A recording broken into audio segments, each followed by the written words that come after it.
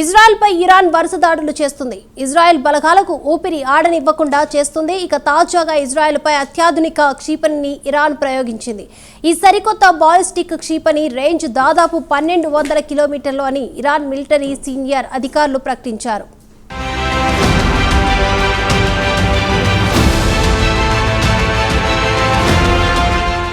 దెబ్బకు దెబ్బ అనే సూత్రాన్ని ఇరాన్ పాటిస్తోంది. తొలి రోజు ఇజ్రాయెల్ దాడులను ఇరాన్ కాజుకుంది. ఆ తరువాత రెండో రోజు డిఫెన్స్ నుంచి అఫెన్స్లోకి మళ్లింది ఇరాన్ దేశం. ఇజ్రాయెల్కు ఊపిరి తీసుకునే టైం కూడా ఇవ్వకుండా వరుస దాడులతో ఇరాన్ బెంబేలెత్తిస్తోంది. తాజాగా ఇజ్రాయెల్ పైకి ఒక సరికొత్త బాలిస్టిక్ క్షిపణిని ఇరాన్ ప్రయోగించింది. ఈ సరికొత్త క్షిపణి అత్యంత శక్తివంతమైంది. అంతేకాదు, ఈ సరికొత్త బాలిస్టిక్ క్షిపణి రేంజ్ దాదాపు 1200 కిలోమీటర్లని ఇరాన్ మిలిటరీ సీనియర్ అధికారులు ప్రకటించారు. ఇది అమెరికా థర్డ్ పేట్రియాట్ గగనతల రక్షణ వ్యవస్థలను కూడా ఛేదించగలదన్నారు మిలిటరీ అధికారులు. అంతేకాదు, ఈ క్షిపణి ఒక ప్రత్యేకత కలిగి ఉంది.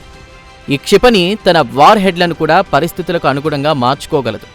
ఈ కారణంతోనే ఎయిర్ డిఫెన్స్ వ్యవస్థలను కూడా ఛేదించగలిగిందన్నారు. అయితే ఈ సరికొత్త క్షిపణి చేసిన నష్టం గురించిన వివరాలు తెలియరాలేదు.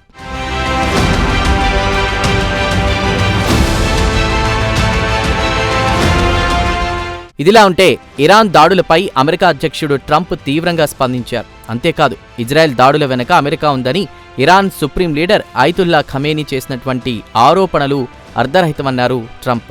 అమెరికాపై దాడులు చేయడానికి ఇరాన్ ప్రయత్నిస్తే తీవ్ర పరిణామాలుంటాయని ట్రంప్ హెచ్చరించారు. ఇరాన్ ఏ రూపంలో దాడులు చేసినా అమెరికా దళాలు తమ సంపూర్ణ శక్తితో తిప్పికొడతాయన్నారు. అంతేకాదు, ఇజ్రాయెల్ ఇరాన్ మధ్య దాడులు ఆపడం తనకు చాలా సులభమని డొనాల్డ్ ట్రంప్ వ్యాఖ్యానించారు.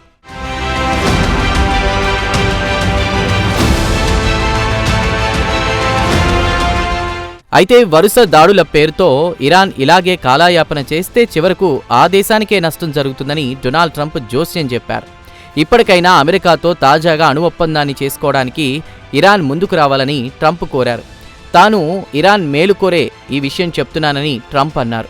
ఈ మారణహోమం ఇలానే కొనసాగితే చివరకు ఇరాన్కు ఏమీ మిగలదని డొనాల్డ్ ట్రంప్ వ్యాఖ్యానించారు.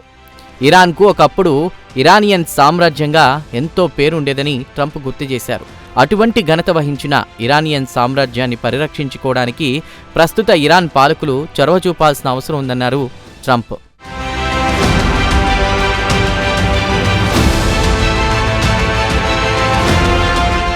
కాగా ఇజ్రాయెల్ ఇరాన్ మధ్య ఘర్షణలు ప్రారంభమైన తరువాత అనేక పరిణామాలు సంభవించాయి. కాగా అణు ఒప్పందం చేసుకోవడానికి రావాలని ఇరాన్ను డొనాల్డ్ ట్రంప్ కోరడం ఇది రెండోసారి. అణు ఒప్పందం కోసం చర్చలకు రావాలన్న ట్రంప్ ప్రతిపాదనను ఇరాన్ తోసిపుచ్చింది. ఒకవైపు దాడులు ప్రతిదాడులు జరుగుతుంటే మరోవైపు అణు ఒప్పందం కోసం చర్చలు జరపడం అర్ధరహితమని ఇరాన్ విదేశాంగ మంత్రి అబ్బాస్ అరాగ్చీ పేర్కొన్నారు. అంతేకాదు, ట్రంప్ ప్రతిపాదిస్తున్న అణు ఒప్పందం మౌలికంగా ఇరాన్ ప్రయోజనాలను దెబ్బతీసేలా ఉందని అబ్బాస్ అరాగ్చీ మండిపడ్డారు.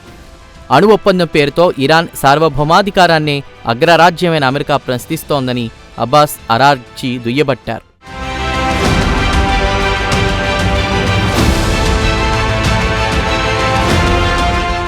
కాగా కొంతకాలంగా అమెరికా ఇరాన్ మధ్య అణు ఒప్పందం కోసం చర్చలు జరుగుతున్నాయి. ఒమన్ ఈ చర్చల కార్యక్రమానికి మధ్యవర్తిత్వం వహిస్తోంది. ఇప్పటి వరకు 5 విడతలుగా 2 దేశాల మధ్య చర్చలు జరిగాయి. అయితే ఈ చర్చలు ఫలప్రదం కాలేదు. కాగా తాజాగా 15వ తేదీన జరగాల్సిన 6వ దఫా చర్చలను రద్దు చేశారు. ఏది ఏమైనా సరికొత్త బాలిస్టిక్ క్షిపణులతో ఇజ్రాయెల్ బలగాలకు చుక్కలు చూపిస్తోంది ఇరాన్.